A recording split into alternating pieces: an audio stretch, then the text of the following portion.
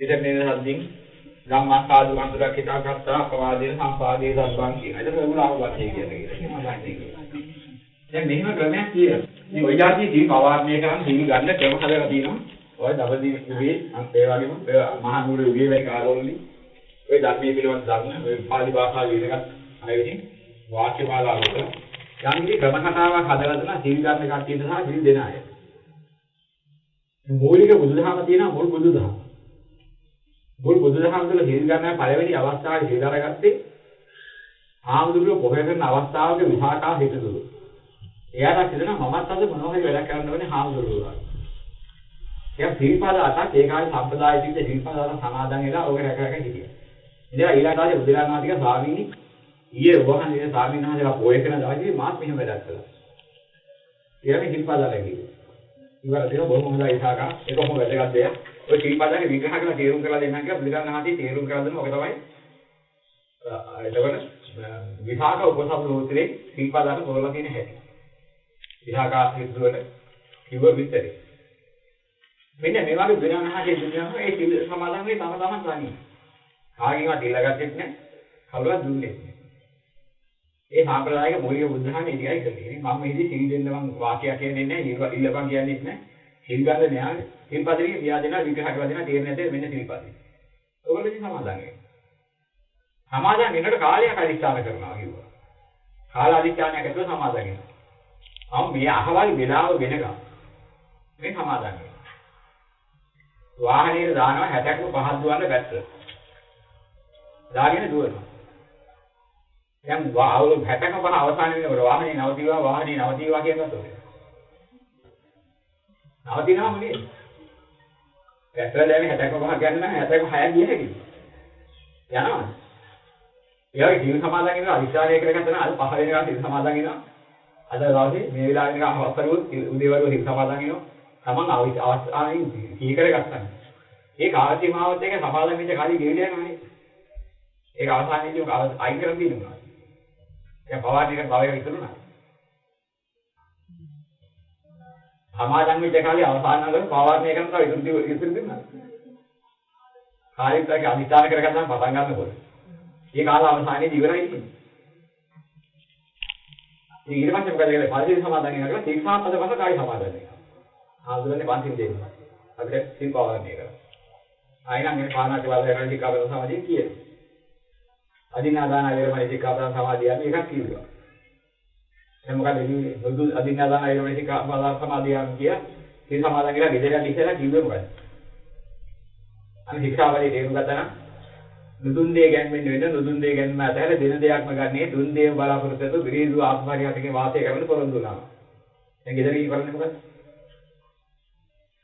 දායකයෙක් ඉන්නවද සමහරවිට මේ තමන්ට ඉන්නවද මේ වත් පිළිවෙල කරන්නේ කියලා. ගෙදර ගිහලා හැලිය බත් බිදානේ කන්න යන විදිහට පරිගින් යවෝ පොඩ්ඩක් වක් කරන්න හම්බුනේ. ගාඩි ගිරාන් මෙන්න මේ වගේ. පරිගින්නේ බෑ. ගෙදර ඉන්න අතර 4 වෙලාවක් කාලා. කොක් ඉඳන් දියපත් එක.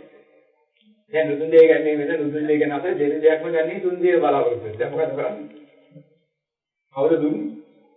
ශික්ෂාවලේ මොකද දුන්නේ? හෙල්වනේ. දැන් ශික්ෂාවලේ සමාදන් වෙලා ශික්ෂාවලේ හදාගත්තට පස්සේ මොකද වෙන්නේ? අපි කියන අපි සම්මතයක ඉන්නවනම් මම සමාදන් වෙලා ඉන්නේ කියලා. හදාගෙන සමාදන් වෙලා ඉන්නේ කියොත් මොකද වෙන්නේ? ශික්ෂාවලේ අල්ලා ශික්ෂාවලේ සමාදන් වෙන සම්මතයේ ඉන්නේ. ආනා විදිකමාවර්ණයේද බුද්ධාඥාව කරලා ඒකෙදි සිද්ධ වෙනවා. එයාට හරියනවා.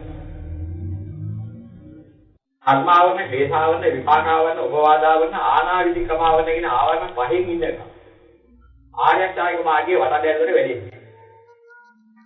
යම් මොහොතක ඔය ආවරණ පහ නැති දෙනයි ආර්ය මාර්ගයේ වෙන්නේ යථාභූතය ලැබෙන්නේ. යථාභූතයේ බාධාව පමුණවගෙන ගිහින් අපි කොච්චර භාවනා කරන්න කියලා දැනෙනවද? ශික්ෂාපදේ අඳුරන්නේ නැතුව සමාදන් වෙනවා. එන්න මේක අසං කරලා කියලා ඔප්පුවක් දෙනවා. අසං කරලා කියනවා අසං කරනවා. ඔප්පුවේ ලියා දෙන්නේ මොකද්ද කියලා බැරි වෙනකොට අසං කරනවා. අසං කරලා වාසිය බලන්න හැදී.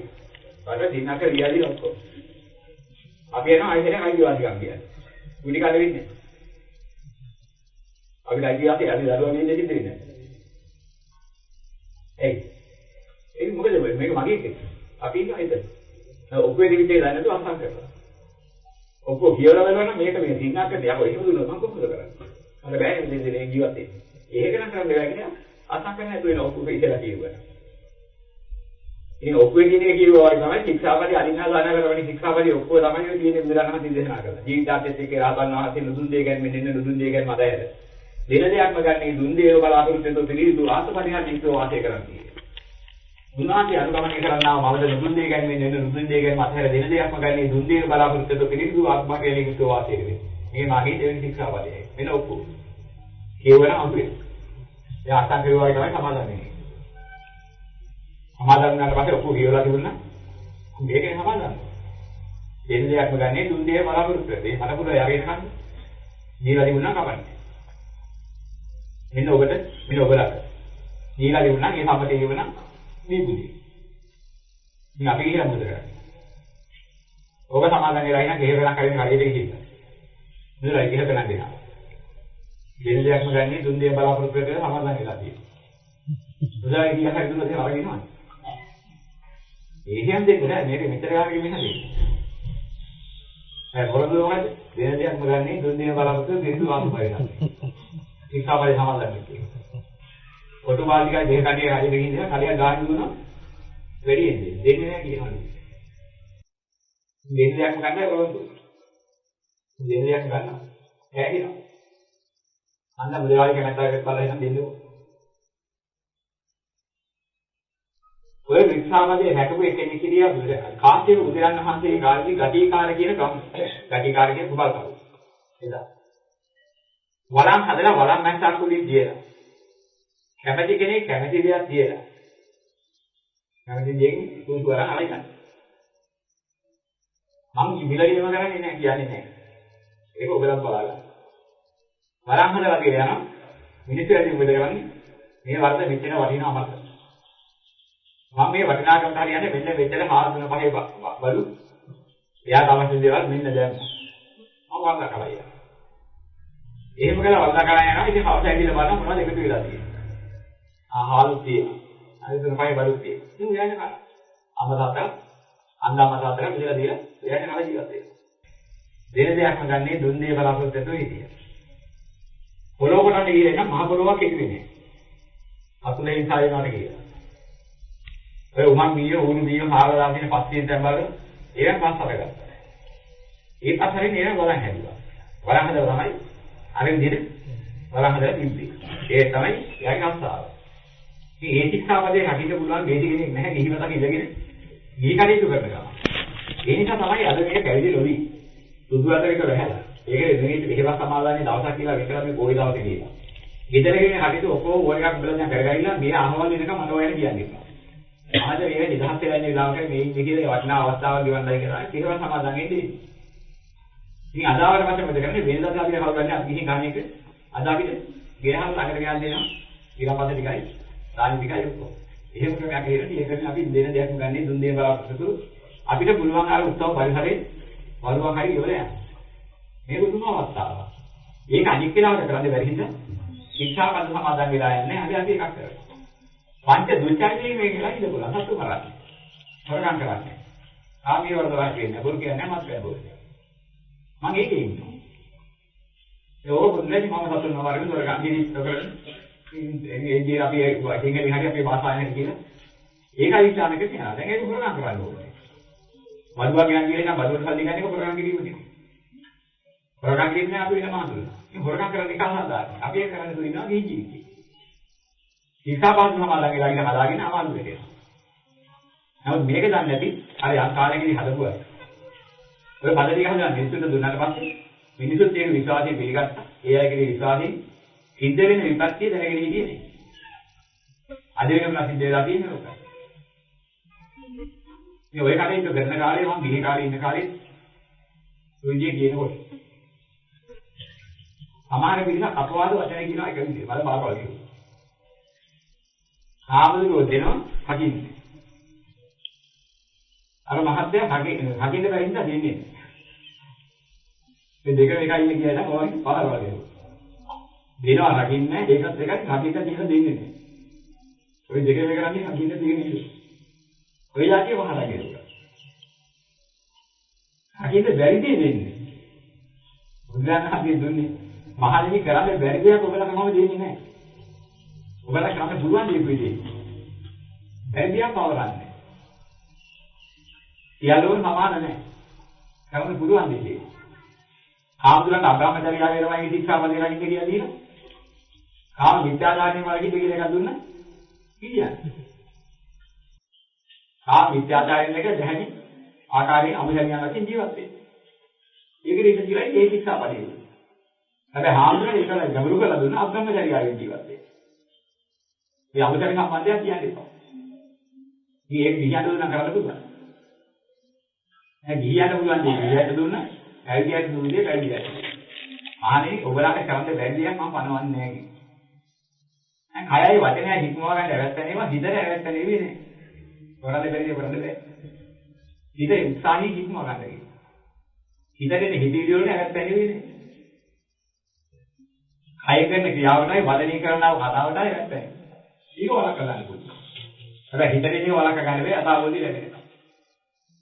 හිතට ඇවැත්ත කරනවන්න ඉතින් කාගෙන හැංගීමක් ආවා කියලා ඇවැත්ත කියලා පැනෙන්නේ නැහැ.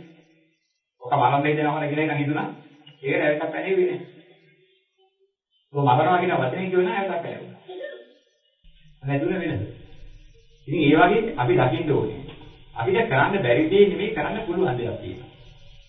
මේ බුදුරජාණන් වහන්සේ පෙන්නපු ආකාරයෙන්ම අපිට පෙන්නනවා බැරි නිසා බුදුරජාණන් වහන්සේ ශික්ෂා පනවල ශික්ෂාවතුරු ඉන්නේ. එහෙම ක්‍රමයක් දුන්නේ නැහැ. හැබැයි බුදුරජාණන් වහන්සේ වෙනවා තමන් ප්‍රාණඝාතය නොකරන ගමන් අන්‍යයන් ප්‍රාණඝාතය නොකිරීමට සමාදම් කරනවා. ඒක හොඳයි. ප්‍රාණඝාතය කරන්න එපා කරවන්න එපා. කරන අයට අනුබලයක් දෙන්න එපා කිරීම වර්ණනා කරන්න එපා. ඔය හදේ වගේ. හොරකම් කරන්න එපා කරවන්න එපා. කරන අයට අනුබල දෙන්න එපා කිරීම වර්ණනා කරන්න එපා. ඔය හදේ වගේ. ගැඹුරට වරක් කියනවා නම් කොහොමද කියන්නේ?